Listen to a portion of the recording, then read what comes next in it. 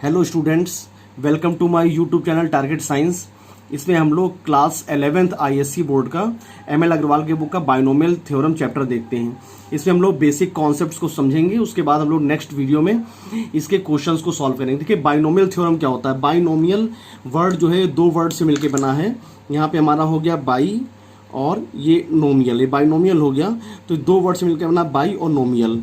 तो by means होता है टू और नोमियल मीन्स होता है टर्म। तो दो टर्म से मिलकर बनने वाला जो एक्सप्रेशन होता है वो हमारा बाइनोमियल थ्योरम के उसमें आता है। तो यहाँ पर देखिए, जैसे हम यहाँ पर पहले इसकी डिफिनेशन देखते हैं।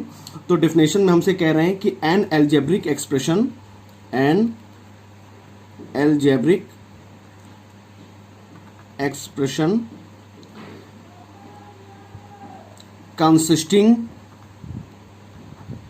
consisting of two terms, an algebraic expression consisting of two terms with positive or negative sign between them is called binomial theorem। अभी इसको समझते हैं हम लोग कि ये मतलब इस डिफिनेशन का मतलब क्या है। एक और इसका कहने का तरीका है कि the binomial theorem enables us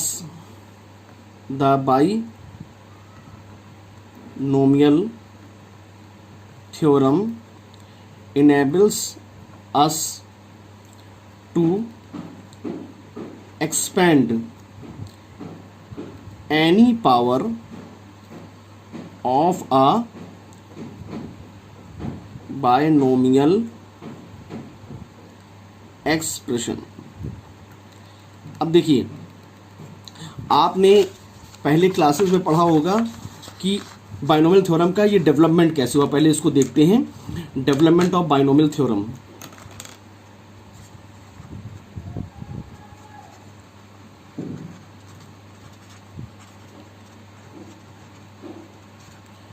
binomial theorem, इसका डेवलपमेंट कहाँ से हुआ।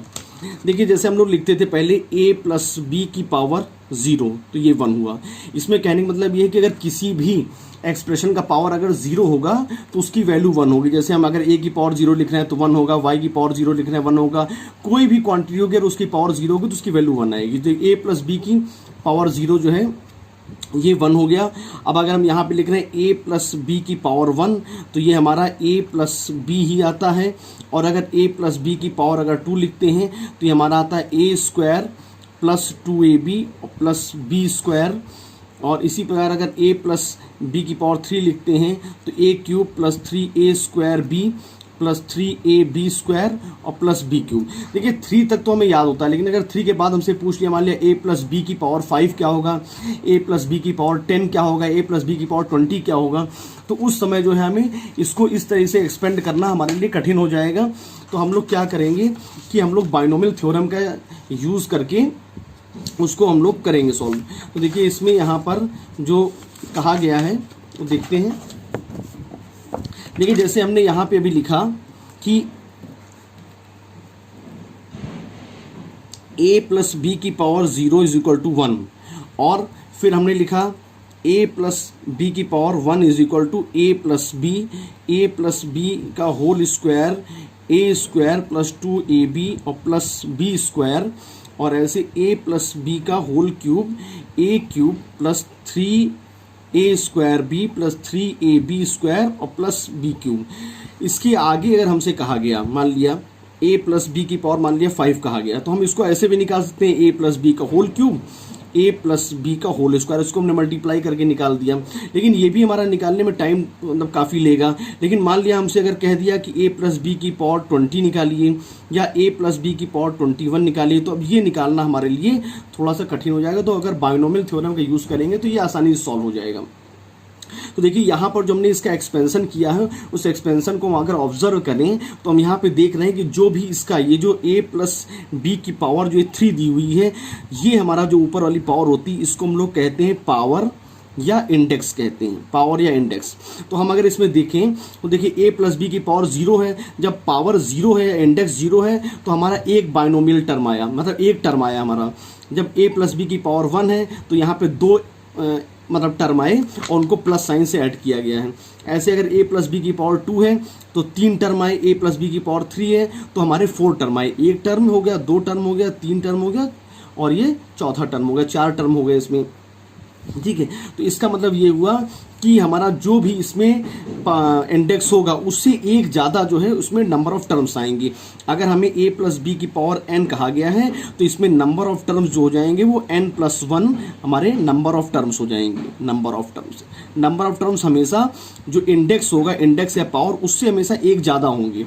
हम यहाँ खुद देख सकते हैं कि a प्लस बी की पावर 3 है तो जब a प्लस बी की पावर 3 तो यहाँ पे 4 टर्म आए। ऐसे अगर a प्लस बी की पावर 20 है तो इसमें 21 टर्म्स आएंगी, a प्लस बी की पावर 21 है तो इसमें 22 टर्म्स आएंगी। तो ये हो गया। उसके बाद यहाँ पर हम इसमें और भी ऑब्जर्व कर सकते हैं। देखिए यहाँ पे a प्लस बी की पावर अगर 2 है तो यहाँ पे जो फर्स्ट टर्म है उसमें देखिए a की पावर 2 है। ठीक है, यहाँ पर सेकंड टर्म में देखिए a की पावर कुछ भी नहीं, जब पावर कुछ नहीं होती तो उसको हम 1 मान लेते हैं, तो a की पावर 1 b की पावर 1, इन दोनों पावर को अगर ऐड कर देंगे तो 2 आएगा। ऐसे b की पावर 2, ऐसे a प्लस बी की पावर अगर 3 है तो देखिए a की पावर 3 आ गया, मतलब a की पावर 3 है। इसमें हर एक टर्म में जो भी हमारा ये फर्स्ट टर्म और सेकंड टर्म होगा उसका जो पावर होगी उसको ऐड करने पर हमारा इंडेक्स के बराबर आएगा। देखिए a की पावर 2 है, b की पावर 1, जब b की कुछ पावर नहीं तो 1 मान लेंगे तो 2 प्लस 1 3, ऐसे 1 प्लस 2 इक्वल टू 3 तो ये आ जाएगा। ठीक है, उसके बाद इसमें थर्ड ऑब्जर्वेशन जो होगा वो थर्ड ऑब्जर्वेशन क्या है कि जो ये प्लस साइन के जो पहले टर्म लिखा है इसकी पावर जो है धीमे धीमे करके डिक्रीज कर रही है और प्लस साइन के बाद जो पावर लिखा हुआ टर्म उसकी पावर इंक्रीज कर रही है। देखिए इसमें a की पावर 3 है, इसको हम ऐसे देखते हैं कि जैसे a प्लस बी का अगर हम होल क्यूब लिख रहे हैं तो a प्लस बी का होल क्यूब हो जाएगा a क्यूब, फिर ये हो जाएगा 3a square b plus 3ab square और प्लस ये b क्यूब। अब a क्यूब है तो a क्यूब के साथ हम ये भी लिख सकते हैं b की पावर 0, कोई फर्क नहीं पड़ेगा क्योंकि किसी की पावर 0 होती है तो उसकी वैल्यू 1 होती है। और ऐसे यहाँ पे हम a की पावर 0 लिख दे रहे हैं। अब देखिए इसमें यहाँ पर इंडेक्स 3 है तो एक term, 2 term, 3 term, 4 term, 4 terms हो गए।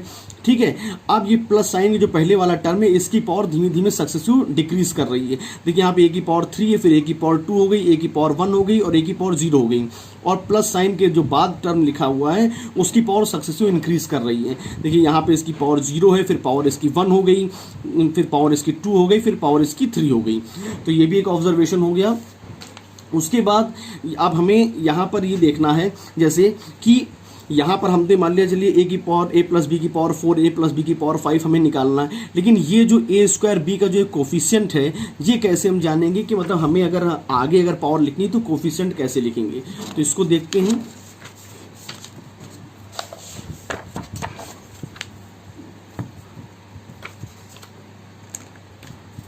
अब देखिए यहाँ पे हम लिखेंगे इंडेक्स ऑफ बाइनोमियल, यहाँ पे लिखेंगे इंडेक्स ऑफ बाइनोमियल और यहाँ पे लिखेंगे coefficient of various terms, coefficient of various terms. अब देखिए जब बाइनोमियल का इंडेक्स 0 था तो हमारा वहाँ पे जो है नंबर ऑफ टर्म्स क्या आए थे, नंबर ऑफ टर्म्स हमारे 1 आया था और ये हो गया था, मतलब उसमें जो कोफिशिएंट था 1 का कोफिशिएंट 1 ही होगा। ऐसे इंडेक्स जब 1 था तो हमारा उसमें a और b आया था तो a का कोफिशिएंट भी 1 हो गया था और b का कोफिशिएंट भी 1 हो गया था। जब इंडेक्स 2 था तो हमारा a प्लस बी की पावर 2 था, जब उसको एक्सपेंड कर रहे थे तो a स्क्वायर प्लस 2ab और प्लस b स्क्वायर, तो कोफिशिएंट a स्क्वायर का 1 हो गया, 2bc का कोफिशिएंट 2 हो गया और b स्क्वायर का ये हो गया कोफिशिएंट 1। ऐसे 3 में था तो हमारा 1 आया था, 3 आया था, 3 आया था, 1 आया था। ऐसे 4 था तो 4 में 1 आया था, 4 आया था, 6 है और यहाँ पे 4 है, 1 है। मतलब ये हमारा, अब इसमें कौन सा पैटर्न फॉलो कर रहा है इसको हमें समझना है। तो ये जो हमारा पैटर्न है ये हमारा कहलाता है पास्कल ट्रायंगल। देखिए एक ट्रायंगल की तरह बन रहा है, अगर हम इसको मिला दें ऐसे करके तो एक ये ट्रायंगल बन रहा है। तो इस तरीके से हम आगे भी इसमें लिख सकते हैं, इस तरीके से इसको आगे भी लिख सकते हैं। तो इसको आगे लिखने में देखिए, अब इसमें देखिए जो फर्स्ट टर्म सबके आ रहे हैं वो फर्स्ट टर्म का जो कोफिशिएंट आ रहा है वो सब 1 आ रहा है और लास्ट कोफिशिएंट भी 1 आ रहा है, लेकिन ये बीच वाले कोफिशिएंट कैसे आ रहे हैं? देखिए यहाँ पर ये 1 है, अगर इन दोनों कोफिशिएंट को हमने ऐड किया तो उससे हमको ये मिल गया, फिर इन दोनों कोफिशिएंट को ऐड किया तो ये मिल गया और इन दोनों कोफिशिएंट को ऐड किया तो हमें ये मिल गया। इन दोनों को ऐड किया तो ये मिल गया, और ऐसे ऐड किया तो ये हमें मिल गया, और ये इसको ऐड किया तो ये हमें मिल गया। ऐसे मान लिया हमें फिफ्थ वाला निकालना है, तो सबसे पहले फिफ्थ का निकालना है, तो यहाँ पे 1 लिखेंगे, फिर 4 + 1 को ऐड करेंगे तो यहाँ पे 5 आएगा, 6 + 4 को ऐड करेंगे तो यहाँ पे 10 आएगा, 6 + 4 को ऐड करेंगे तो यहाँ पे 10 आएगा, और 4 + 1 को ऐड करेंगे यहाँ पे तो 5 आएगा, और फिर आखिरी में 1 आएगा। तो अगर हम a + b की पावर अगर हम 5 लिखते हैं, अगर हम a + b की पावर 5 लिखते हैं, देखिए कोफिशिएंट हमको मिल गया, अब हम आसानी से इसका एक्सपेंशन कर सकते हैं। तो सबसे पहले हम यहाँ पे क्या लिखेंगे, देखिए यहाँ पे कोफिशिएंट 1 है तो लिखेंगे 1। अब पहले वाले की पावर मैक्सिमम होगी, दूसरे की, तो a1 × a की पावर 5, ये b की पावर 0 हो गया। उसके बाद फिर सेकंड वाले में हो जाएगा हमारा 5। अब इसकी पावर सक्सेसिव पहले वाले की पावर डिक्रीज करेगी, दूसरे की इंक्रीज करेगी, तो 5 a की पावर 4, ये हो जाएगा b। फिर हो जाएगा 10 a की पावर 3, b की पावर 2, फिर हो जाएगा 10 a की पावर 2, b की पावर 3, फिर हो जाएगा 5 a b की पावर 4, और फिर हो जाएगा 1 a की पावर 0 और b की पावर 5। अब देखिए इसमें 5 है, इंडेक्स 5 है, तो 1 2 3 4 5 6 टर्म्स हो गए। उसके बाद हमने बताया था कि देखिए इसमें जो प्लस साइन के पहले लिखा हुआ है, इसकी जो इंडेक्स है, इसका जो a का जो है इंडेक्स है, देखिए सक्सेसिव डिक्रीज कर रहा है, 5 हो गया, फिर 4 हो गया, फिर 3 हो गया, 2 हो गया, 1 हो गया, 0 हो गया, और प्लस साइन के बाद जो लिखा है उसका इंडेक्स सक्सेसिव इंक्रीज करेगा, देखिए 0 हो गया, 1 हो गया, 2 हो गया, 3 हो गया, 4 हो गया, 5 हो गया। अब देखिए a + b का इंडेक्स 5 आया है, देखिए a का इंडेक्स 5 है, b का इंडेक्स 0, इन दोनों को ऐड करेंगे तो देखिए 5 आ गया। यहाँ पे 4 1 5 हो गया, 3 2 5 हो गया, 2 3 5 हो गया, 1 4 5 हो गया, 0 5 5 हो गया। तो ये हमारा ऑब्जर्वेशन था। तो ये जो ट्रायंगल हमारा है, ये ट्रायंगल हमारा कहलाएगा पास्कल ट्रायंगल। लेकिन अब हम यहाँ पर कहाँ तक इसको लिखेंगे, तो ये हम इसमें जो है वो कॉम्बिनेशन वाला टर्म जो है, कॉम्बिनेशन मतलब होता है सिलेक्शन, और परमुटेशन मतलब होता है अरेंजमेंट। तो कॉम्बिनेशन में जैसे हमारा होता है, हमने देखा है कि अगर हमसे कॉम्बिनेशन में ये कह रहे हैं कि NCR, यहाँ पे C कॉम्बिनेशन है, तो इसको हम ऐसे भी लिख सकते हैं factorial n upon factorial r into factorial n-r। ठीक है, ये चीज़ हो गई। अब देखिए फैक्टोरियल n क्या होता है, फैक्टोरियल n होता है n, n-1, n-2, ऐसे करते करते 1 तक। फैक्टोरियल 1 की वैल्यू 1 होती है, फैक्टोरियल 0 की वैल्यू भी 1 होती है। ये हो गया। ठीक है, अब यहाँ पे हमारा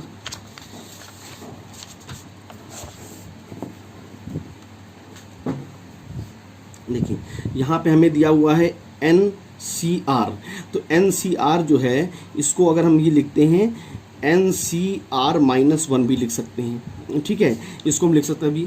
उसके बाद अगर हम R की वैल्यू अगर 1 लिखते हैं तो NC1 = NC हमारा ये 0 के इक्वल हो जाएगा। ठीक है, NC2 हो जाएगा हमारा NC1 के इक्वल, NC3 जो हो जाएगा NC2 के इक्वल हो जाएगा। ठीक है, तो ये चीज़ हो जाएगी हमारी। देखिए यहाँ पे R की वैल्यू अगर 1 रखेंगे तो 1 - 1 0, अगर R की वैल्यू 2 रखेंगे तो 2 - 1, तो NC2 की वैल्यू NC1 हो जाएगी। जैसे हम यहाँ पे इसको एग्जाम्पल के तौर पे देख सकते हैं कि एग्जाम्पल के तौर पे जैसे मान लिया n की वैल्यू अगर हमने 3 लिया, तो देखिए 3 यहाँ पे 3 लिया तो 3C2, तो factorial 3 upon factorial 2 into factorial 1, तो 3 इंटू फैक्टोरियल 2 और फैक्टोरियल 2 इंटू 1, तो हो जाएगा हमारा 3। अब यहाँ पे रखेंगे तो 3C1 तो हो जाएगा फैक्टोरियल 3 फैक्टोरियल 1 फैक्टोरियल 2, तो इसकी वैल्यू भी 3 आएगी। तो देखिए यहाँ पर ये हमारा ऐसे करके हो जाएगा। अब हमने जो यहाँ पे अभी पास्कल ट्रायंगल लिखा था, तो पास्कल ट्रायंगल में जब हमारा इंडेक्स 0 था तो हमारा कोफिशिएंट 1 था, जब इंडेक्स 1 था तो कोफिशिएंट 1 1 था, जब इंडेक्स 2 था तो कोफिशिएंट 1 2 1 था, जब 3 था तो 1 3 3 1 था, जब 4 था तो 1 4 6 4 1 था, और जब 5 था तो हमारा इंडेक्स तो 1 5 1 5 10 10 5 और 1 था। अब इसको कैसे हम जो है वो बाइनोमियल के एक्सप्रेशन में लिखेंगे। देखिए 1 की वैल्यू क्या हो जाएगी, इसको हम लिखेंगे NC0। यहाँ पे n जो हो जाएगा हमारा ये 0 हो जाएगा, तो उसको हम लिख सकते हैं 1C0। ठीक है, 1C0 ये लिखेंगे। 1C0 मतलब इसको 0C0, यहाँ पे 0 है तो यहाँ पे n है, तो n जो हमारा ये इंडेक्स को शो कर रहा है, तो 0C0 इसको लिखेंगे हम 1C0 और इसको लिखेंगे हम 1C1, ठीक है, दो टर्म है। फिर इसको लिखेंगे 2C0, फिर इसको लिखेंगे 2C1 और इसको लिखेंगे 2C2, इसको लिखेंगे 3C1, 3C2, 3C3 और 3C0, 3C1, 3C2 और 3C3। ऐसे यहाँ से शुरू करेंगे तो 4C0, 4C1, 4C2, 4C3 और 4C4। ऐसे यहाँ पे हो जाएगा 5C0, ये हो जाएगा 5C1, इसकी वैल्यू हो जाएगी 5C2 हो जाएगी, ये हो जाएगा 5C3, ये हो जाएगा 5C4 और ये हो जाएगा 5C5। तो ऐसे करके हम इसको लिख लेंगे। तो अब इसको आगे देखते हैं।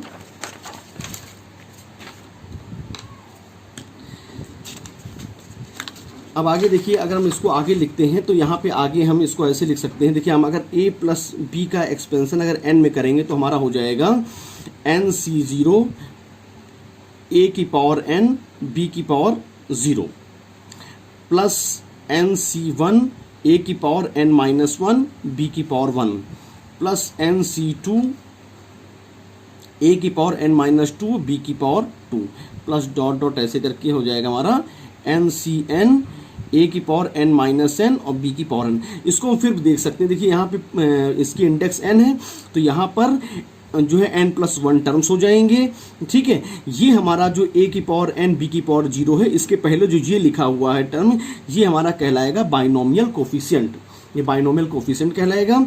अब देखिए यहाँ पे इंडेक्स n है तो a की पावर n b की पावर 0 इन दोनों को ऐड करेंगे तो n आएगा, a की पावर n-1 b की पावर 1 इन दोनों को ऐड करेंगे तो n आएगा। ऐसे करके मतलब हमारा जो ये दोनों बाइनोमियल के एक्सप्रेशन के जो ये दोनों टर्म हैं, इन दोनों टर्म की जो इंडेक्स है, अगर इसको ऐड करेंगे तो हमें इसके इंडेक्स के बराबर हमें मिल जाएगा। तो अब इसका हम जनरल टर्म लिखते हैं। तो जनरल टर्म हो जाएगा a प्लस बी की पावर n, इसको लिखेंगे समेशन r की वैल्यू 0 और 0 से लेके n तक है NCR और a की पावर n-r और b की पावर r, ये हो जाएगा। अब इतने बड़े एक्सप्रेशन को ये लिख सकते हैं तो ये हमारा हो जाएगा general term of binomial theorem, ये हो जाएगा general formula of binomial theorem. देखिए समेशन मतलब होता है कि ऐड करना, तो हमने यहाँ पे जब r की वैल्यू 0 रखेंगे तो ये हमारा एक टर्म बन जाएगा, फिर प्लस का साइन लगा कि r की वैल्यू 1 रख के सेकेंड टर्म, फिर प्लस का साइन लगा कि r की वैल्यू 2 रख के थर्ड टर्म। तो ये जो हम इतना बड़ा हमने लिखा है इसको हमने मैथमेटिकल रूप में समेशन का साइन लगा के लिख दिया। r की वैल्यू 0 से कहाँ तक जाएगी, n तक जाएगी, ठीक है। ऐसा क्यों हो रहा, r की वैल्यू 1 से क्यों नहीं शुरू हो रही, क्योंकि यहाँ पर जितना इंडेक्स होता है उससे एक ज़्यादा टर्म होते हैं। तो अगर हम इस वाले टर्म को अगर हम पूरे को हटा दें तो n इंडेक्स है तो n टर्म होंगे, उसमें एक टर्म ये भी जुड़ गया तो n+1 टर्म होंगे। जैसे हमने a प्लस बी का एक्सप्रेशन पढ़ा था, a प्लस बी की पावर 3, तो उसमें हमारे 4 टर्म थे, तो ये चीज़ हो गई। अब आगे देखते हैं।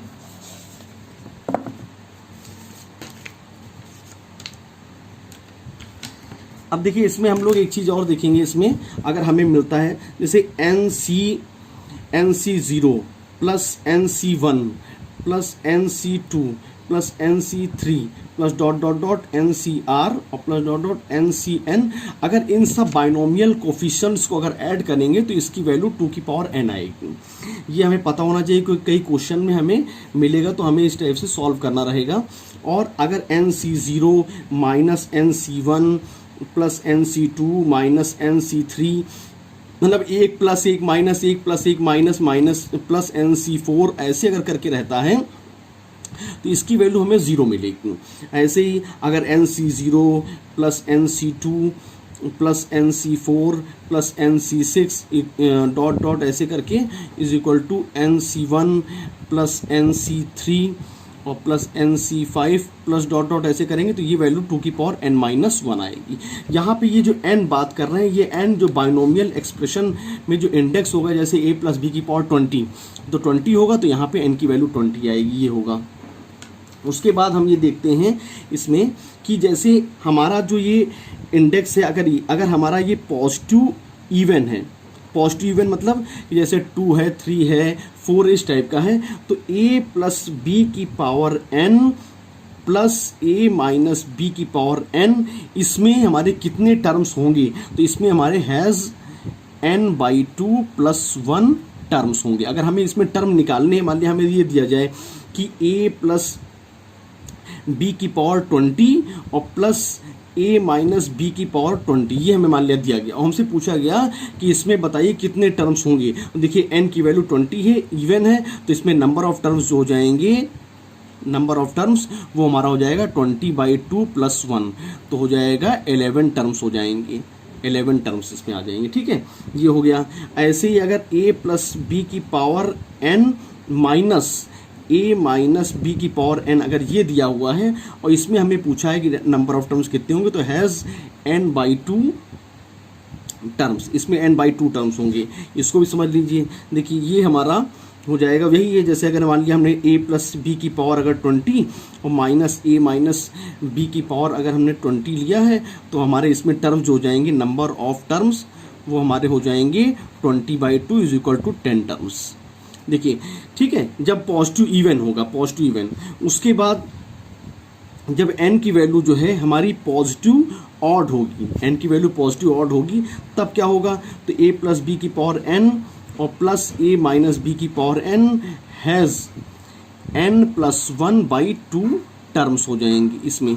जैसे मान लिया हमें दिया गया a प्लस बी की power 9 plus a minus b की पावर 9। अब देखिए 9 जो है ये पॉजिटिव ऑड नंबर है, तो अगर नंबर ऑफ टर्म्स में पूछी जाएंगी तो नंबर ऑफ टर्म्स जो इसमें हो जाएंगी वो हो जाएगा 9 plus 1/2 is equal to 5 terms.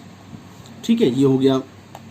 या हमसे क्या कह रहे हैं, a प्लस बी की power n minus a minus b की पावर n, तो इसमें नंबर ऑफ टर्म्स कितने हो जाएंगे, इसमें नंबर ऑफ टर्म्स हमारे हो जाएंगे हैज़ n प्लस 1/2 टर्म्स, इसमें भी उतने हो जाएंगे, तो इसको ऐसे देख लेंगे।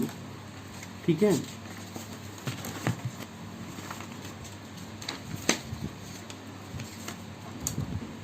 उसके बाद हम लोग देखते हैं कि जनरल टर्म क्या होता है। जनरल टर्म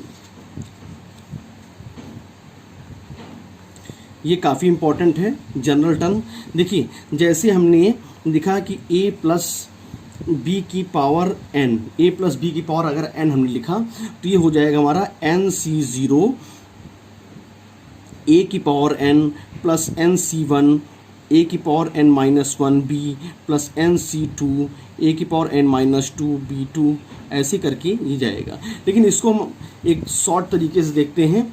देखिए जैसे यहाँ पे हम लिखते हैं कि a प्लस बी की पावर 2, तो ये हमारा हो जाएगा a स्क्वायर प्लस 2ab और प्लस b स्क्वायर। अब देखिए यहाँ पे इसका इंडेक्स 2 है, तो यहाँ पे 3 टर्म्स आए, एक टर्म ये हो गया, दूसरा टर्म ये हो गया, तीसरा टर्म हो गया। तो देखिए यहाँ पे r की वैल्यू 0, तो ये हमारा फर्स्ट टर्म है, फर्स्ट टर्म बन गया। ठीक है, यहाँ पे r की वैल्यू 1, तो ये हमारा सेकंड टर्म बन गया, और यहाँ पे r की वैल्यू 2, तो ये हमारा थर्ड टर्म बन गया, थर्ड टर्म बन गया। ठीक है, ऐसे ही अगर हम a प्लस बी की पावर 3 देखें तो ये हमारा हो जाएगा a cube plus 3a square b plus 3ab square और प्लस b क्यूब। तो r की वैल्यू 0 हो गई तो ये फर्स्ट टर्म हो गया, r की वैल्यू 1 हो गई तो सेकंड टर्म हो गया, r की वैल्यू 2 हो गई तो ये हमारा थर्ड टर्म हो गया, और r की वैल्यू 3 हो गई तो ये हमारा फोर्थ टर्म हो गया। तो मान लिया हमें, देखिए जब r की वैल्यू 0 है तो हमारा फर्स्ट टर्म आ रहा है, तो यहाँ पे हम लिखेंगे r प्लस 1th। अगर r प्लस 1th टर्म निकालना है तो हमारा हो जाएगा एक उससे कम हो जाएगा, तो NCR और a की पावर n माइनस r और b की पावर r। अब इसी को हम लोग लिखेंगे TR प्लस 1 NCR a की पावर n माइनस r और b की पावर r, तो ये r प्लस 1th टर्म हो जाएगा। ठीक है, ये हमारा rth टर्म हो जाएगा अगर हमें निकालना है कि rth टर्म। ठीक है, तो ये क्योंकि देखिए जब हम फर्स्ट टर्म निकालना है तो हम यहाँ पे फर्स्ट मतलब r की वैल्यू जब हम 1 ले रहे हैं तो हमारा सेकंड टर्म आ रहा है, तो rth टर्म की बात करेंगे तो हम इस हिसाब से करके निकाल लेंगे। ठीक है, ये जनरल टर्म निकालने का फार्मूला हो गया। अब उसके बाद मान लिया हमें मिडिल टर्म निकालना है, मिडिल टर्म, मिडिल टर्म। ठीक है। तो मिडिल टर्म निकालने के लिए हम क्या करेंगे, सबसे पहले में देखेंगे कि जो a प्लस बी की पावर n है, ये n हमारा क्या है। अगर n हमारा इवन है, अगर n इवन है हमारा, मतलब जैसे 2 है, 4 है, 6 है, इस टाइप का है, तो यहाँ पे ओनली वन मिडिल टर्म होगा, ओनली वन मिडिल टर्म। वो मिडिल टर्म जो हो जाएगा वो हमारा होगा n/2 + 1। जैसे मान लिया n की वैल्यू मेरी 6 आई है, जब n की वैल्यू 6 आई है तो नंबर ऑफ टर्म यहाँ पे अगर n की वैल्यू अगर 6 है तो नंबर ऑफ टर्म्स कितने हो जाएंगे, 7 हो जाएंगे। तो जाहिर बात है, जैसे हमारा n की वैल्यू अगर मान लिया 6 है तो नंबर ऑफ टर्म्स कितने हो जाएंगे, जैसे हमने ऐसे लिख लिया, a लिख लिया, B लिख लिया, C लिख लिया, D लिख लिया, E लिख लिया, F लिख लिया और G लिख लिया, 1 2 3 4 5 6 7। तो अगर इंडेक्स 6 है तो नंबर ऑफ टर्म्स उससे ज़्यादा होंगे, तो ज़्यादा होंगे तो देखिए यहाँ पर ये फोर्थ वाला मिडिल वाला हो जाएगा। और इसको हम देख भी सकते हैं, अगर हम यहाँ पे पुट करें n की वैल्यू 6 तो 6/2 + 1 तो हो जाएगा 3 + 1 = फोर्थ टर्म, और फोर्थ टर्म हमारा D आ गया। तो जब हमारा n की वैल्यू, इंडेक्स की वैल्यू इवन होगी तो हमारा केवल एक ही मिडिल टर्म होगा, वो होगा n/2 + 1।